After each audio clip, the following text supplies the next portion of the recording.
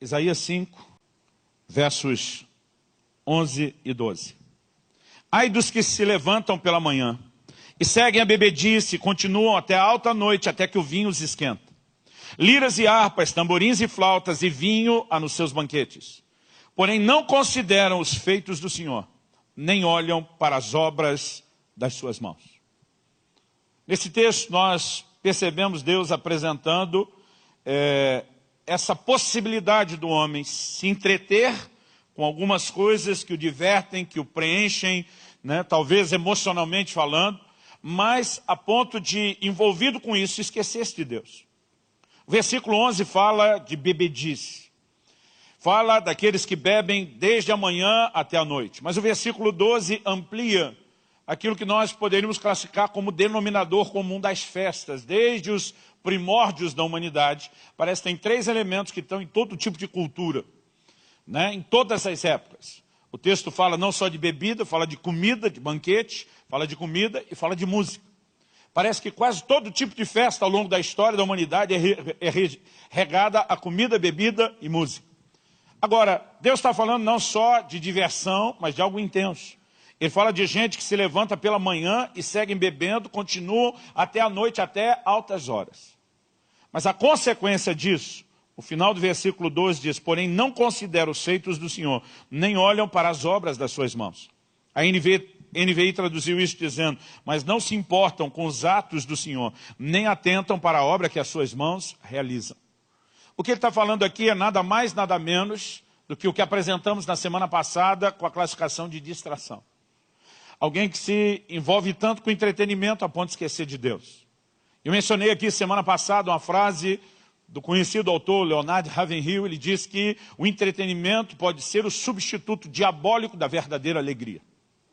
Nós mostramos que não existe nada de errado nele, mas que o perigo de descompensar existe. E o texto está falando disso. No entanto, eu não quero usar tanto a expressão distração hoje.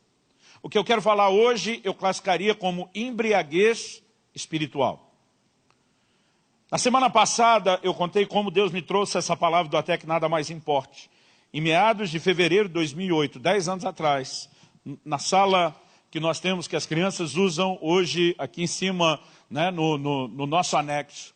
Aquele dia, o Senhor falou muito forte ao meu coração. Na verdade, antes daquela experiência que eu contei, da reunião da noite com a liderança, pela manhã, enquanto eu estava lendo a Bíblia, no meu tempo devocional com Deus, eu passei por esse texto de Isaías 5. É por isso que eu estou começando a mensagem a partir dele. E desde o momento que eu li, algo chamou a minha atenção. Eu brinco que tem hora que alguns textos da Bíblia parece que viram um letreiro de neon, né? Ele destaca, ele ganha corpo. E esses 2 versículos se agarraram no meu espírito de uma forma que durante o dia inteiro aquilo ficou martelando dentro de mim, na minha cabeça. Eu lembrava dele, aquilo voltava toda hora, mas eu não conseguia entender qual mensagem prática poderia haver nesse texto. Porque o tempo todo eu pensava na bebedice literal. Ai dos que se levantam pela manhã, seguem bebendo até a noite, até altas horas. E eu, particularmente, tive o privilégio de nascer e crescer num lar cristão. Bebida não era o tipo de coisa que esteve presente nem na nossa casa, nem na nossa criação. E era quase como se eu dissesse, Deus, acho que o Senhor errou o endereço. A mensagem não é para mim, não. Tenho nada a ver com esse negócio de ficar bebendo. Nem um pouco, quanto mais de manhã até a noite. E durante o dia todo, por não conseguir entender isso, obviamente eu não me abri para que a mensagem de Deus me alcançasse. Mas à noite, enquanto estava ali quebrantado, debaixo da visitação de Deus, e o Senhor falando comigo a respeito das distrações, nessa hora, Ele falou ao meu coração e disse, desde manhã, estou tentando te fazer entender algo a respeito da embriaguez, e você não conseguiu perceber.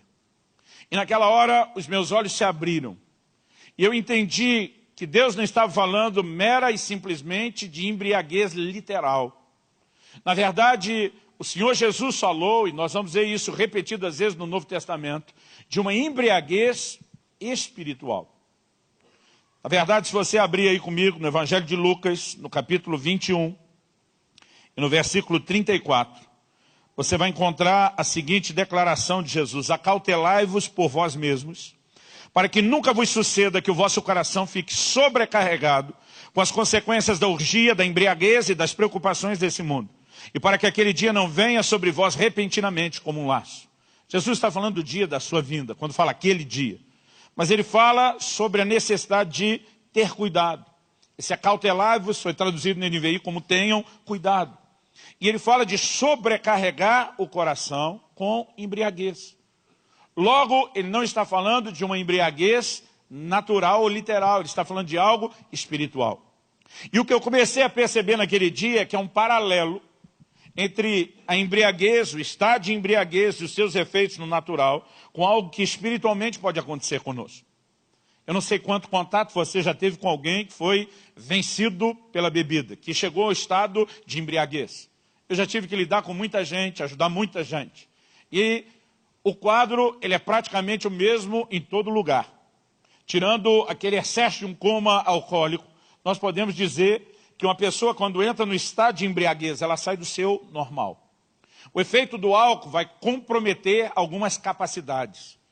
Capacidade motora, você vê a dificuldade de equilíbrio da pessoa caminhar de forma correta. Aquilo vai afetar a fala, até o jeito, o tom da voz muda. Mas o impacto não é só aquilo que a gente pode perceber no comportamento físico, nas reações do corpo. A maneira de pensar e processar muda. Alguns limites, alguns freios, vamos dizer assim, do comportamento, eles são removidos quando a pessoa está embriagada. Em Efésios 5:18, Paulo diz, não vos embriagueis com vinho no qual há devassidão. Na verdade, a devassidão não está no vinho que a pessoa bebe. Mas dependendo da quantidade de vinho, aquilo consegue tirar o freio e tem a capacidade de liberar o potencial problemático que estava ali dentro. A gente percebe essa falta de freio em alguns que às vezes não costumam falar muito, mas depois que beberam a língua solta. E ele fala tudo o que acha e o que pensa e que num estado normal não falariam. Alguns, quando bebem, se tornam extremamente chatos. Outros se tornam extremamente violentos. Mas a verdade é que há sempre um comprometimento. Há efeitos, há sintomas se manifestam. E, obviamente, a embriaguez sempre leva a manifestar o pior e nunca o melhor de nós. E quando Deus está estabelecendo esse paralelo, eu olho para a embriaguez e ainda poderia destacar que ela tira o senso de perigo das pessoas. Você vê um camarada embriagado andando no meio de uma avenida de alto movimento sem a noção de que a qualquer momento ele pode ser atropelado. Você vê um camarada, às vezes franzino, pequeno, magro, encarando muito maior do que ele, com a valentia que ele não sabe que tem, e com a falta de noção, que ele também não percebe que está manifestando, porque ele perde o senso do perigo. Agora, eu quero que você imagine algumas dessas características se manifestando na vida espiritual. A gente perdendo a noção do perigo, a gente se expondo a manifestar algo de carnal que tem em nós e nem a gente se dá conta. A gente tem muita coisa comprometida na nossa própria caminhada. O paralelo, ele define muita coisa. Eu quero procurar trabalhar isso porque a Bíblia mostra uma embriaguez espiritual. Nessa afirmação de Jesus nós vemos isso. Por outro lado, e a prova de que existe embriaguez espiritual, é que o Novo Testamento também fala muito sobre sobriedade. E ele fala sobre ser sóbrio no âmbito espiritual. Ele não está falando só de ser sóbrio no natural e no literal. Nós vamos ver aplicações na Bíblia. O apóstolo Pedro, por pelo menos 2 vezes na sua epístola, fala sobre ser sóbrio. O Senhor Jesus falou isso em outros momentos do seu ensino. O apóstolo Paulo fala isso. Aliás, eu gostaria que você abrisse, por favor, em primeira carta de Paulo aos Tessalonicenses, no capítulo 5 e no versículo 4. E que você lesse comigo aí do versículo 4 até o versículo 8. O apóstolo Paulo diz assim, mas vós, irmãos, não estáis em trevas para que esse dia, como ladrão, vos apanhe de surpresa. Esse dia, que vai aparecer em muitas versões aí com D maiúsculo, está na verdade falando do dia do retorno e da volta de nosso Senhor Jesus. Assim como em Lucas 21, verso 34, quando Jesus fala para se acautelar da embriaguez que pode envolver o nosso coração, ele também estava falando do dia do seu retorno. E da necessidade de sobriedade para essa ocasião. Verso 5. Porquanto todos vós sois filhos da luz e filhos do dia. Nós não somos da noite nem das trevas. Por favor, diga amém. Amém. Versículo 6. Assim, pois, esse assim, pois, é já que nós somos filhos da luz e do dia, não da noite nem das trevas, assim, pois, não durmamos como os demais. Pelo contrário, vigiemos e sejamos sóbrios. Quando ele está falando de não dormir, ele não está baixando a portaria dizendo que é proibido descansar, repousar daqui para frente. Está falando de um estado de sonolência ou letargia espiritual. Então vamos continuar com isso em mente. Não durmamos pelos demais, pelo contrário. O que é o contrário de dormir dessa sonolência espiritual? Vigiemos e sejamos sóbrios. Ser sóbrio é o oposto de estar ébrio ou embriagado. Verso 7. Ora, os que dormem, dormem de noite. E os que se embriagam, é de noite que se embriagam. Nós, porém, que somos do dia, sejamos sóbrios, revestindo-nos da couraça da fé e do amor, e tomando como capacete a esperança da salvação. Aqui ele fala tanto da embriaguez espiritual, como do estado de sobriedade espiritual. Ele diz, os que dormem, dormem de noite. Os que se embriagam de noite. Ele pega o paralelo do natural e aplica ao espiritual. Essa noite no espiritual são as trevas, é a ausência de luz. E ele diz que quem está envolvido na sonolência, quem está envolvido na embriaguez, já está sendo engolido pelas trevas. Eu e você que somos do dia, não poderíamos permitir isso. Ao destacar isso, eu quero te lembrar que, embora, como falamos na semana passada, a distração em si não seja pecado, e nós vamos classificar aqui como sinônimo da distração e embriaguez, ela em si não é pecado, mas ela é um aliado do pecado que vai acabar nos arrastando para lá. Então, a Bíblia nos mostra a necessidade de cuidado, de vigilância. Vigiemos, tenhamos cuidado, porque embriaguez, querido, é algo que pode acontecer no plano espiritual com cada um de nós. Eu me lembro que naquela ocasião, há 10 anos atrás, daquela experiência onde tudo isso que eu estou ministrando começou, o Senhor me fez lembrar de um episódio que tinha acontecido alguns dias antes, de um pastor que chorou profundamente arrependimento diante do Senhor, dizendo, o Senhor me disse que eu tenho me embriagado com as bênçãos dele, que eu me tornei como Noé. Eu lembrava que a Bíblia falava da embriaguez de Noé, mas eu nunca fiz nenhuma relação dessa embriaguez com bênção.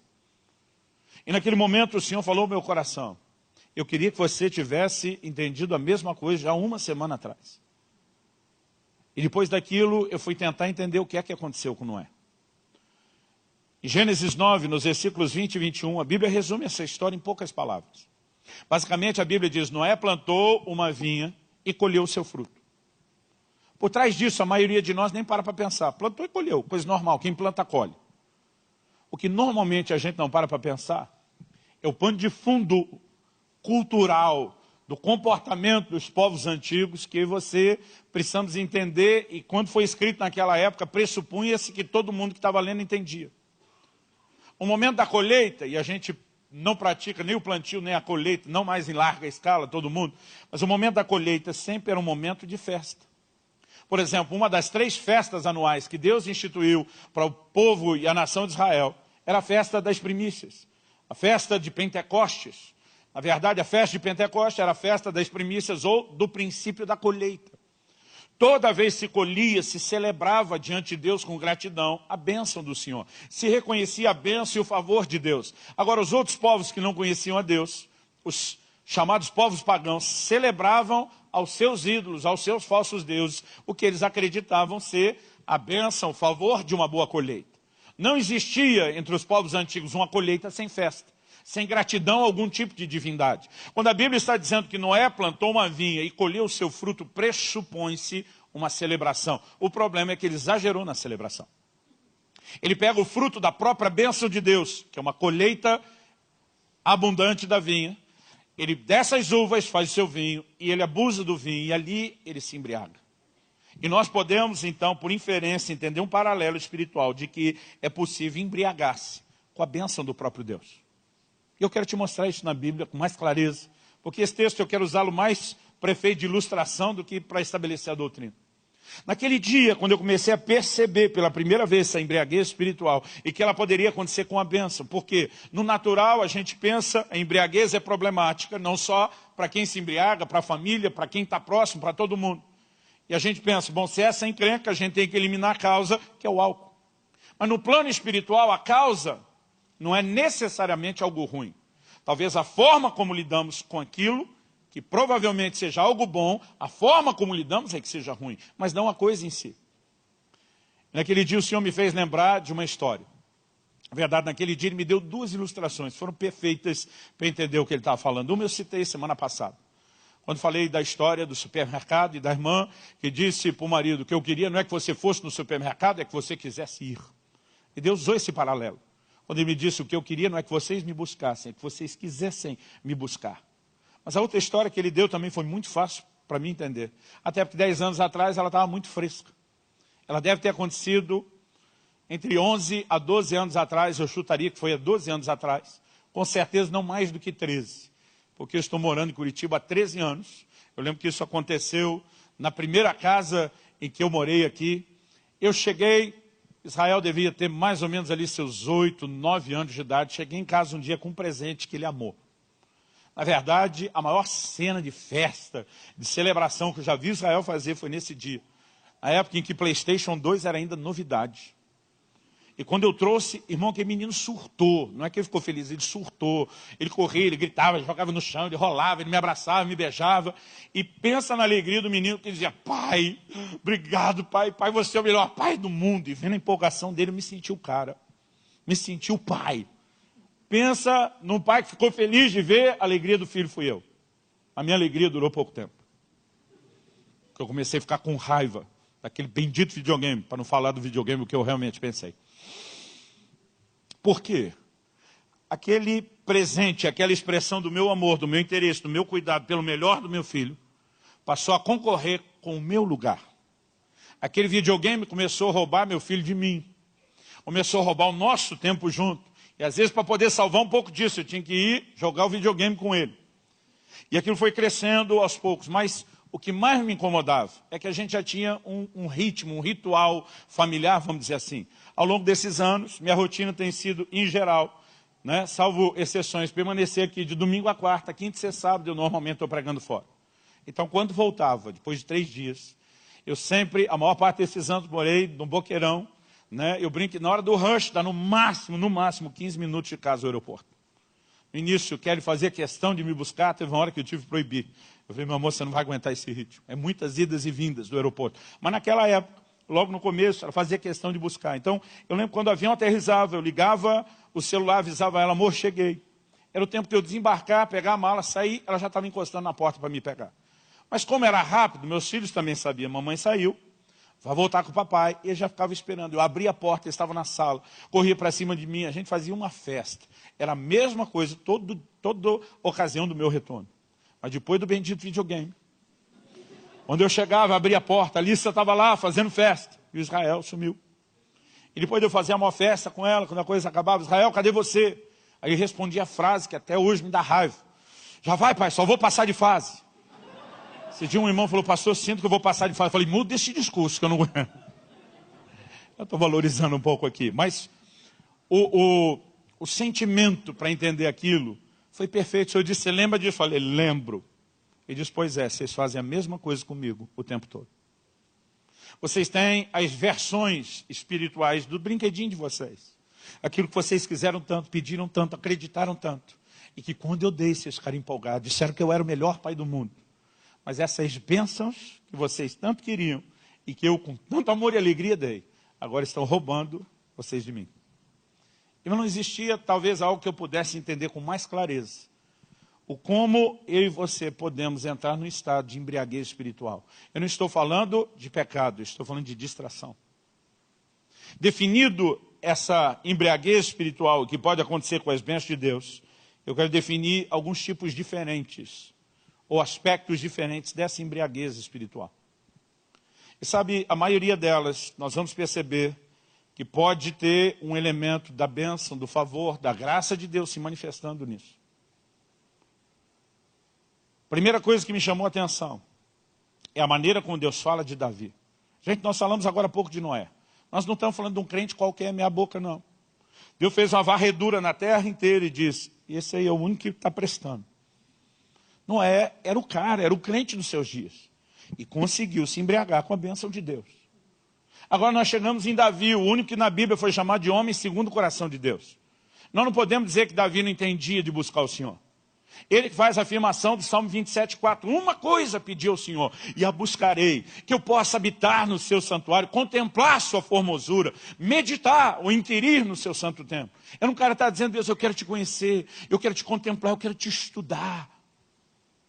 E diz, se tiver que escolher uma coisa, é isso que eu quero. Agora, a palavra de Deus mostra que Davi se embriagou com os prazeres carnais. Isso é apresentado pelo profeta Natan quando confronta, até como algo que Deus estava dizendo, até você passar o limite, era eu que estava te abençoando.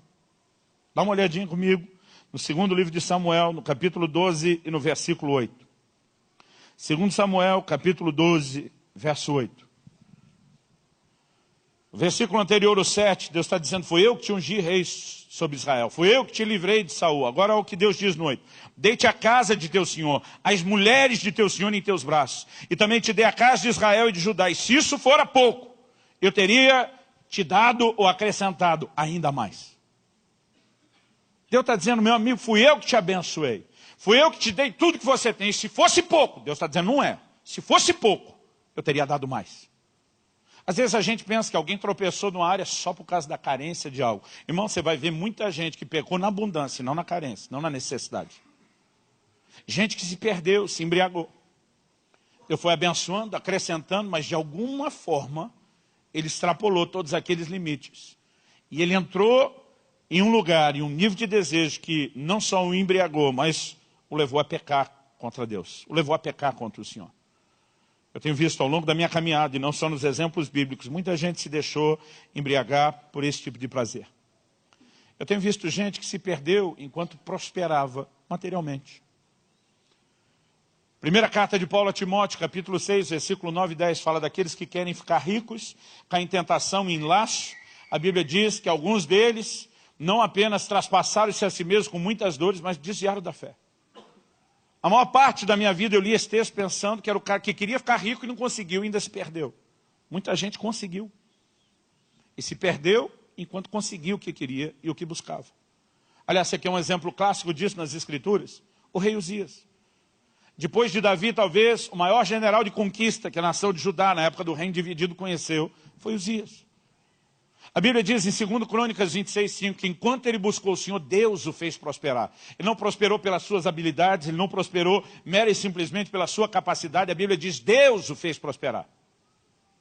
Aliás, o texto diz que ele foi extraordinariamente ajudado. Uma outra versão diz, maravilhosamente ajudado. Ajudado por quem? Elógio está falando da ajuda e do favor de Deus. A Bíblia diz que seu renome se espalhou até a entrada do Egito. Ele subjugou todos os povos à sua volta. E o Egito, que foi uma das grandes potências do mundo antigo, ele manteve do portão para dentro. Quando a Bíblia diz que seu renome chegou até a entrada do Egito, é porque ele não conquistou o Egito, mas manteve o Egito do quintal para dentro. Tipo, quem manda ir para fora agora sou eu, você fique no seu canto. É quase como se hoje Audácio, um exemplo, se referisse, por exemplo, aos Estados Unidos, uma grande potência, dizendo que manteve ele do quintal para dentro, sem ir a lugar nenhum e sem conquistar ou dominar coisa nenhuma. Ou seja, o cara foi abençoado e foi abençoado para valer. Mas o versículo 16 diz, havendo se tornado forte, corrompeu-se o seu coração. O cara chegou onde chegou e conquistou tudo que conquistou com a bênção de Deus, mas quando chegou lá, se perdeu. E tem muita gente se embriagando com a prosperidade, não só material, às vezes com o nível de conquista em que chegou. Talvez a gente olhe o primeiro exemplo de embriaguez e diga, esse aí tinha cara que ia dar ruim. Prazeres carnais. Ok, prosperidade, a maioria de nós não vai olhar para isso e dizer, é ruim em si. Mas pode ocupar um lugar errado e pode nos embriagar. A terceira área de embriaguez, que eu quero chamar a sua atenção, ela envolve algo que não tem como a gente dizer que não é de Deus. Uma posição ministerial. Em 1 Timóteo capítulo 3, versículo 6, Paulo diz ao seu discípulo, não estabeleça como presbítero, não só um pastor, mas um líder de governo na igreja, um novo convertido. E obviamente ele está deixando claro nas entrelinhas que ele ainda não tem estrutura e maturidade para tal. Ele diz para não acontecer que ele se ensoberbeça e caia na condenação do diabo. Quer dizer, o camarada alcança um cargo e uma posição ministerial para a qual não está pronto. E aquilo que era para ser bênção para ele, para todo mundo, virou problema. Nós temos exemplos disso na Bíblia? Claro que sim. A terceira epístola de João, nos versículos 9 e 10, a Bíblia fala de um tal de Diótrefes. O apóstolo João escreve e diz, ele não nos recebe. Irmão, que líder maluco pode ser esse que diz, aqui o apóstolo João não vem, na minha igreja não. Nós estamos falando do cara que reclinava a cabeça no peito de Jesus. Nós estamos falando do cara que no final do seu evangelho disse, se fossem registrados todos os milagres que Jesus operou, eu penso que nem no mundo inteiro caberiam os livros. Eu fico imaginando quanta coisa João não poderia compartilhar com a gente, que nem está registrado. Quanto milagre. Eu ficaria ouvindo João, almoçaria, passaria o dia ouvindo João, jantaria de novo ouvindo João, viraria a noite adentro ouvindo João. Além de poder ouvir de toda a bagagem, a experiência dele, irmão, no mínimo, nem que fosse numa perspectiva carnal, eu ia querer me atualizar de um monte de coisa, nem que fosse para saber os podres de Pedro. Agora, quem que diz João não vem aqui? Vamos colocar o contexto se fosse hoje. Você imagina o que é ter um seminário de escatologia na igreja com João, falando das visões que ele teve na ilha de Patmos, as revelações do Apocalipse. Agora, que maluco do Diótrefes é esse que diz aqui, João não prega. E não só isso. João diz, ele não nos recebe. E se alguém da igreja hospedar um dos nossos, tipo os discípulos dele, hospedar os meus discípulos, não é nem no culto, ele expulsa da igreja. João diz, porque ele quer ter a proeminência. Só ele pode brilhar. Só ele pode estar debaixo dos holofotes. Se embriagou. Isso pode acontecer em muitos níveis. Tem esse nível mais doentio, onde o cara está dominando com mão de ferro. Tem aqueles mais simples que as pessoas não percebem que já estão sendo picados por um bicho. Um dia desse preguei num conselho de pastores, numa outra cidade, num outro estado. Distribuí livro daquele meu da família de graça para todo mundo, de presente para todo mundo. No final, muitos pediram, pastor, pode fazer uma dedicatória? Eu falei, faço com alegria. Gosto que me façam, vamos fazer aos outros o que queremos que nos façam. E entre as pessoas que estavam atendendo, um deles chegou e eu perguntei, qual é o seu nome para escrever no livro? Ele, pastor fulano de tal. Eu, com aquele meu lado gaiato, nem pensei. A hora que eu vi, já estava falando. Falei, mas pastor não está no seu RG não, né? Ele não teve nenhuma reação como a sua. De rir, mas eu não percebi também o quanto ele desgostou daquilo. E eu gosto de deixar coisas bem pessoal. Eu normalmente não boto título nenhum. Normalmente, salvo exceções. Não chamo um médico de doutor, não chamo professor de professor e não chamo pastor de pastor. Eu vou lá e coloco o nome. E quando eu fiz a dedicatória do nome dele, assinei o meu, ele pegou o livro, olhou para mim e falou, você está me desrespeitando. Eu falei, por quê? O senhor não colocou pastor aí. Eu falei, mas veja o lado bom, desrespeitei nós dois, porque também não coloquei no meu. Aí a hora que eu falei isso, a turma estava em volta, riu. Eu me arrependi de ter falado. Aí nessa altura ele já não teve coragem de falar mais nada. Irmão, que coisa é essa de ter que brigar por um título? Aqui você não precisa me chamar de pastor, não precisa me chamar de senhor, pode me chamar pelo nome. Tem alguns lugares que eu vou pregar, que a moçada ainda me chama de tio Lu. Estão me fazendo sentir velho, tiozão já. Aí, tio Lu. O respeito, querido, ele está muito mais no que você tem no coração do que só naquilo que você fala. Porque quando você olha aqueles pega no Senado e na Câmara, só falta o outro dizer, Vossa Excelência é uma anta. Então bota o título antes para fingir respeito e fala depois o que quer. Sabe, eu não estou dizendo que se você tem esse padrão, que você não possa expressar o respeito dessa forma aos outros. Eu estou dizendo que quando alguém exige isso como uma necessidade de reconhecimento, tem algo errado no coração dele. E esse bicho vai picando as pessoas aos poucos e pode envolver a gente. Agora, tecnicamente era para a gente dizer, é um lugar que Deus chamou alguém para ocupar. E isso pode embriagar a pessoa? Pode. Não só a posição, a própria atividade, o serviço, o ministério. Ou o que a gente gosta de classificar como ativismo. Semana passada eu falei a respeito de Marta. Marta está querendo agradar Jesus. Recebeu Jesus em casa, quer tratá-lo da melhor forma possível, mas ela está se esforçando para agradá-lo com aquilo que não é o que ele mais espera. E com isso ela está negligenciando e deixando de dar a ele o que ele mais espera. Atenção, tempo e reconhecer que ele, como pessoa, é importante. Eu vejo muita gente, e já me aconteceu várias vezes, por amor ao Senhor, na boa intenção, querendo trabalhar tanto, a gente começa a negligenciar a comunhão com o Senhor. A gente pode se embriagar com esse tipo de coisa.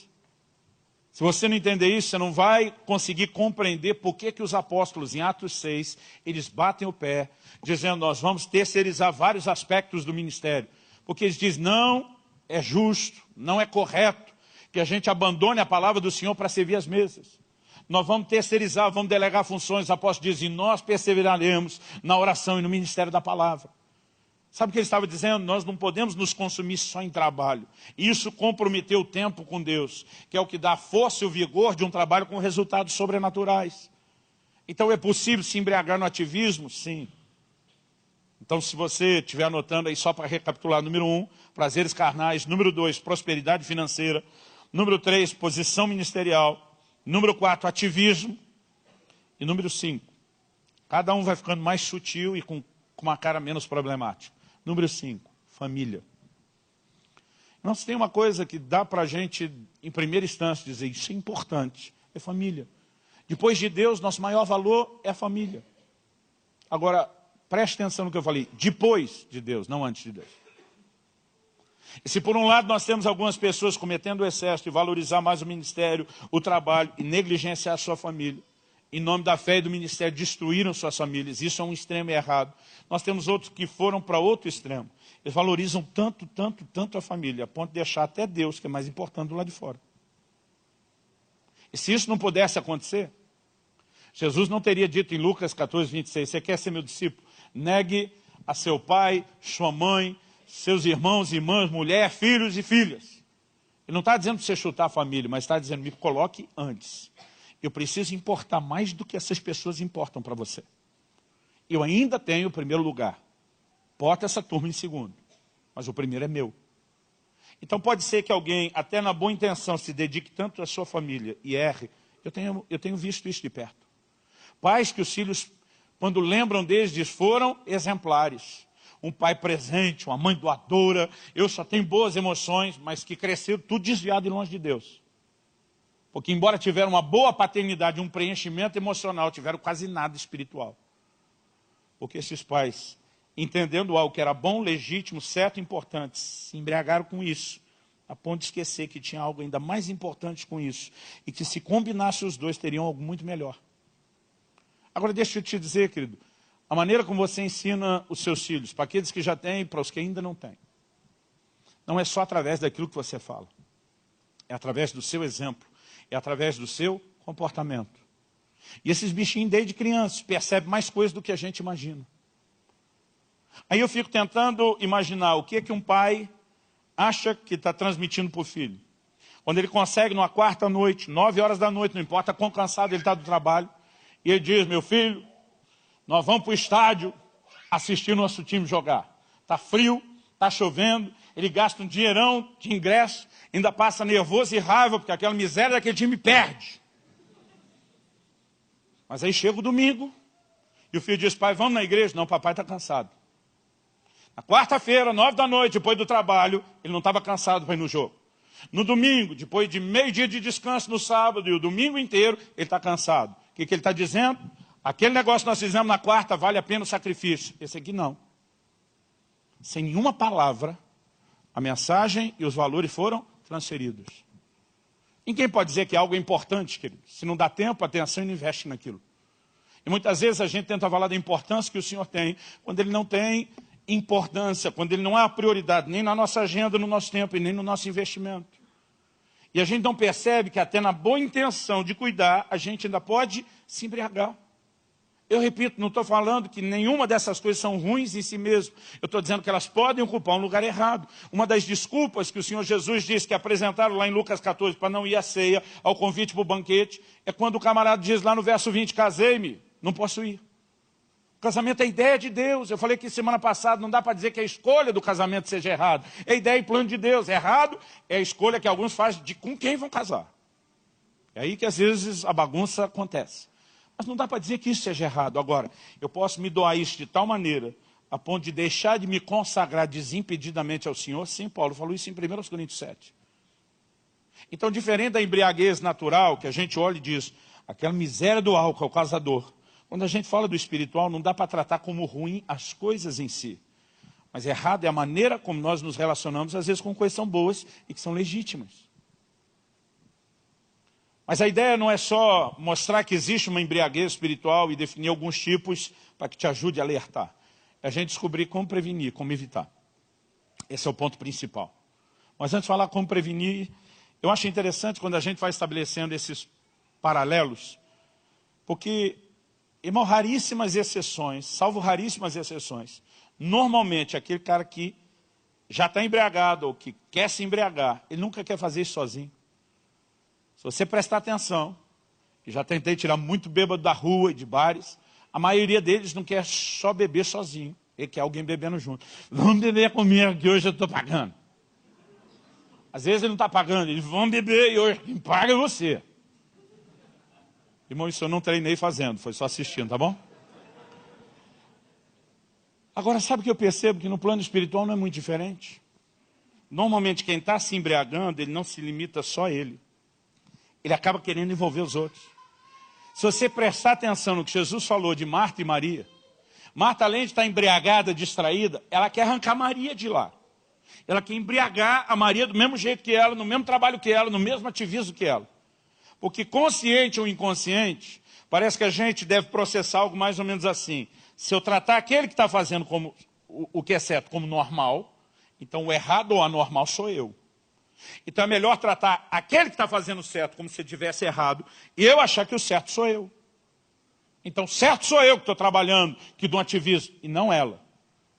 E de alguma forma parece que isso alivia a barra. Aí de vez em quando você vê um crente reclamando do outro, diz, aquele é muito fanático. O que ele está querendo dizer? O outro ora demais, não é ele que ora de menos. O outro vai demais na igreja, não é ele que vai de menos. E de alguma forma, a gente está classificando o outro. E se a gente puder, ainda tenta arrancar o outro de lá. Não bastasse não estar buscando a Deus como deveria. Parece que para a coisa ficar boa e tranquila, a gente tem que nivelar todo mundo no lugar onde nós estamos. Embriaguez, que ele não é só um assunto sério. É um inimigo perigoso e sutil. Dos mais ninja na vida espiritual. Que chega, a gente fere sem nem ver de onde que veio e como é que aconteceu. Agora, como evitar? Eu acredito que a principal maneira de lidarmos com isso é quando o Senhor, de fato, tem esse lugar de importância, continuamente cultivado, a ponto da gente não deixar que nenhuma dessas outras coisas sejam tão importantes, a ponto de tirar os nossos olhos dele para colocar nessas coisas. Agora, como preservar esse lugar? Como chegar e ficar nesse lugar onde nada mais importa? Eu acredito que nós temos que cultivar alguns valores e práticas. E se você não conseguir lembrar muita coisa do que eu falei hoje, eu espero que você pelo menos lembre essas 3 questões práticas que eu quero colocar agora. Em primeiro lugar, eu acredito que nós precisamos de um envolvimento mais profundo com a palavra de Deus. Em segundo lugar, eu acredito que nós precisamos nos encher do Espírito Santo e entender a importância que isso tem na vida cristã. Em terceiro lugar, e o que vai ajudar os 2 primeiros, é a prática do lugar secreto, do tempo a sós com Deus, do devocional diário. Um dia desse alguém me perguntou, pastor Luciano, o que o senhor acha? Que uma das grandes causas da maioria dos crentes não tem uma vida espiritual muito relevante, de não viver o melhor de Deus, de não ser tão frutífero, de às vezes ter uma vida que beira o medíocre, cheia de fracasso e tropeço. Eu falei, olha, é difícil generalizar, mas se tivesse que generalizar por uma coisa só, sem titubear, disparado na estatística, eu diria que talvez o nosso maior problema é a falta do tempo devocional com Deus. A maioria de nós quer viver de cultos semanais, de reuniões semanais. E não entende a importância de cultivar um relacionamento diário com Deus. E você não pode, querido, ter nenhum tipo de relacionamento profundo com alguém que você vê só de vez em quando. Com quem você não gasta tempo. Antigamente se dizia que para conhecer alguém você tem que comer alguns sacos de sal. Que é o tipo de coisa que demora para consumir. Era uma maneira de dizer que tem que ter tempo junto. Não tem como chegar a um lugar de intimidade sem tempo junto. Agora, eu não entendo como a gente imagina ser possível ter uma vida espiritual extraordinária sem devoção com Deus, sem tempo diário com Ele. Essas coisas deveriam ser inegociáveis. Mas vamos voltar na ordem e falar primeiro da palavra de Deus. Moody, o grande evangelista, dizia, referindo-se à Bíblia, ou esse livro me afastará do pecado, ou o pecado me afastará desse livro. Mas o relacionamento com a palavra de Deus não diz respeito apenas a gente ter informação.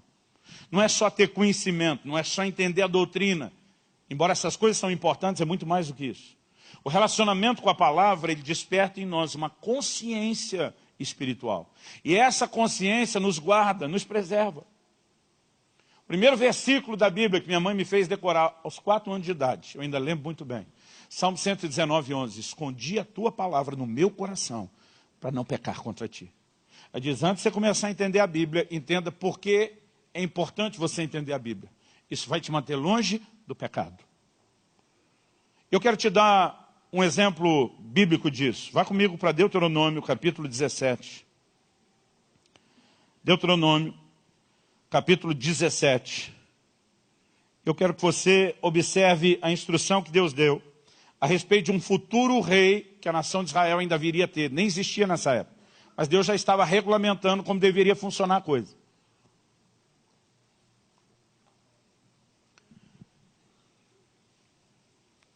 Ele diz, porém, verso 16 e 17, Porém, este não multiplicará para si cavalos, nem fará voltar o povo ao Egito para multiplicar cavalos, pois o Senhor vos disse, nunca mais voltareis por esse caminho. Tampouco para si multiplicará mulheres, para que o seu coração se não desvie, nem multiplicará muito para si prata ou ouro. 3 advertências, ou advertência em 3 áreas específicas. Eu particularmente acredito que isso aqui não é aleatório. Até porque essas 3 áreas, e eu quero classificá-las como 3 áreas de perigo, onde há necessidade de vigilância. Ele está falando do ego, ele está falando de prazeres carnais, a sedução que isso pode ser, e do envolvimento com as coisas materiais. Ego, não multiplicará para si cavalos. No contexto de hoje, irmão, a gente pensa no cavalo muito mais como algo ruim do que como algo bom. A gente imagina algo muito distante do que era a realidade naqueles dias. Falando de um rei, de um líder de uma nação, quanto mais cavalos ele tivesse, significava que ele tinha um status, um poderio militar e um reconhecimento diferenciado. É por isso que você vai ler tanto nos Salmos como no livro de Provérbios. Uns confiam em carros, outros em cavalos. Nós fazemos menção do nome do Senhor. Está dizendo, a gente não se orgulha nessa força, nesse poderio militar que é tão importante para um rei natural. A gente coloca nossa confiança em Deus. E Deus está falando de um rei que, ao multiplicar aquilo, colocaria a sua confiança naquilo, celebraria aquele nível de reconhecimento que aquilo geraria, mas afastaria o seu coração de depender do Senhor. Deus diz, não vai multiplicar para si mulheres. Basicamente, ele está dizendo, leve a visão dos prazeres carnais na rédea curta. Não multiplique para si muita prata ou ouro. Saiba ter contentamento e não se deixe seduzir pela avareza, pela ambição e pela cobiça. Por que eu disse que isso não é aleatório? Porque quando chegamos no Novo Testamento, e vemos tanto em Mateus 4 como Lucas 4, a tentação de Jesus no deserto, o diabo explora as mesmas 3 áreas. Ego. Se você é o filho de Deus, lança-te do pináculo do templo, pois está escrito que aos seus anjos dará ordem para que te segurem.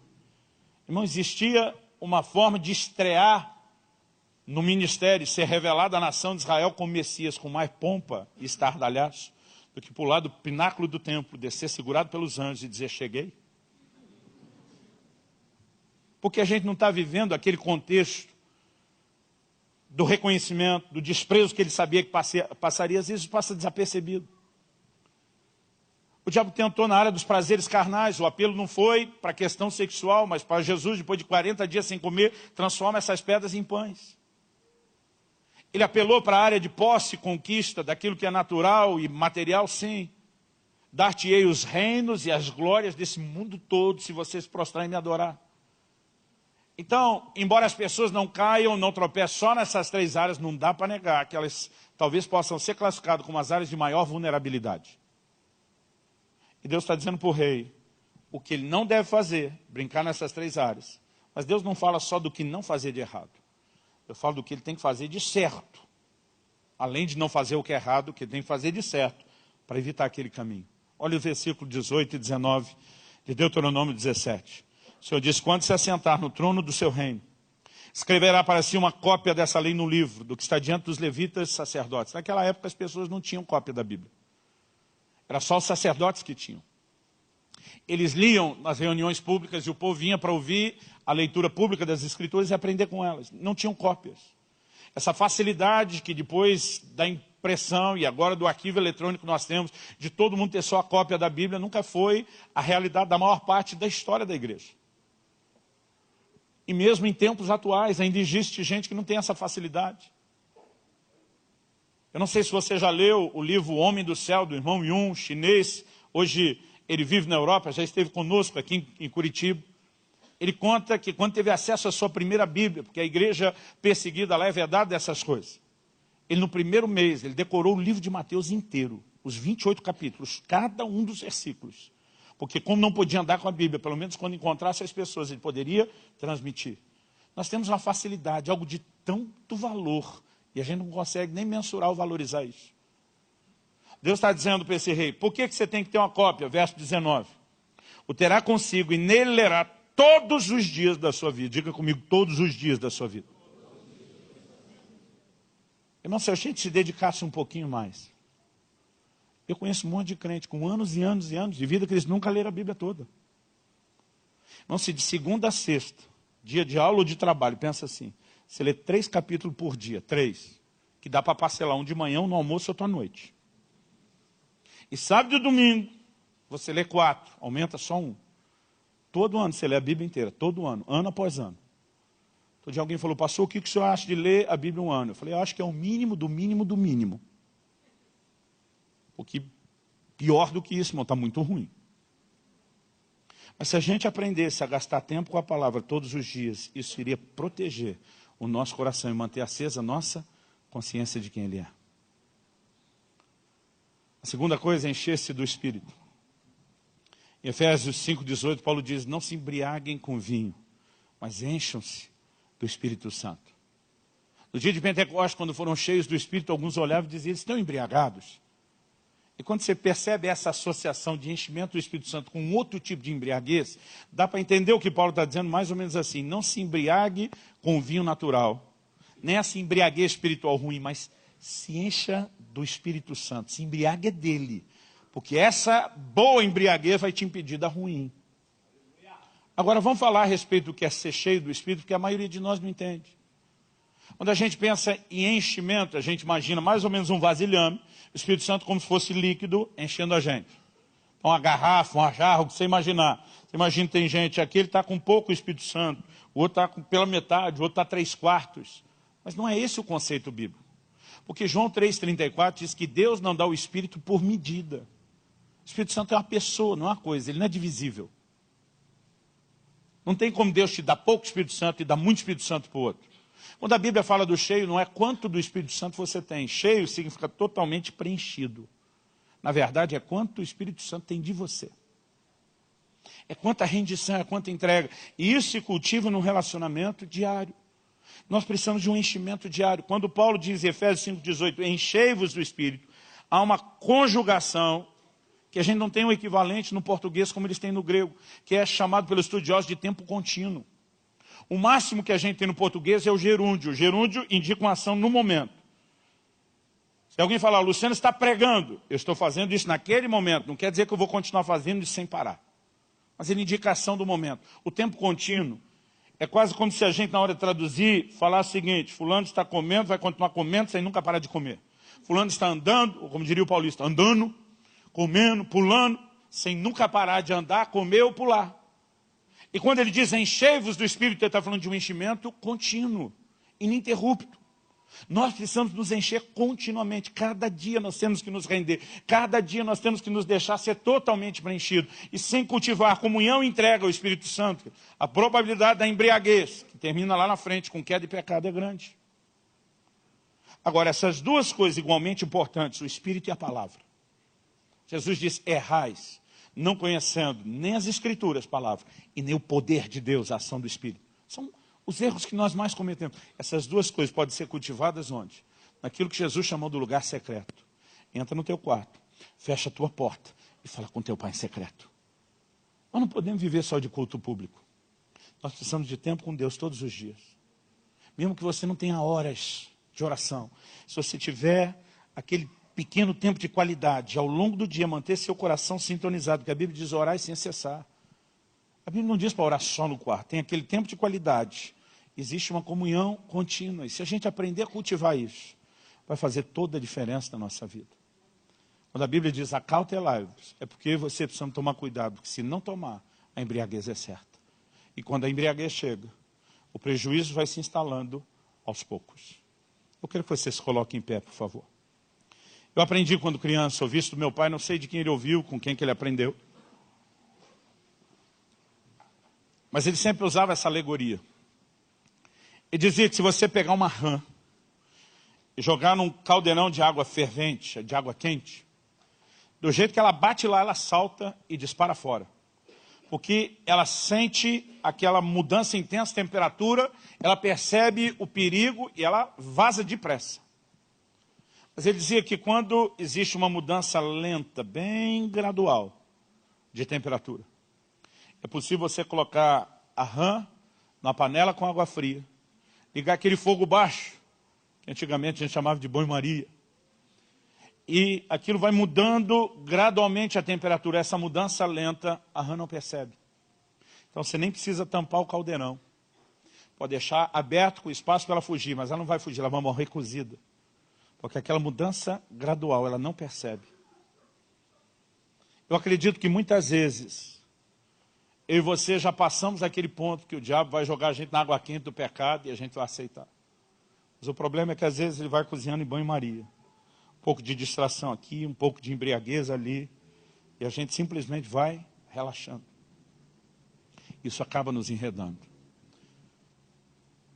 Eu vou repetir algo que eu tenho falado aqui bastante, especial nesses assuntos que nós estamos ministrando. Eu não vim aqui te apontar o dedo.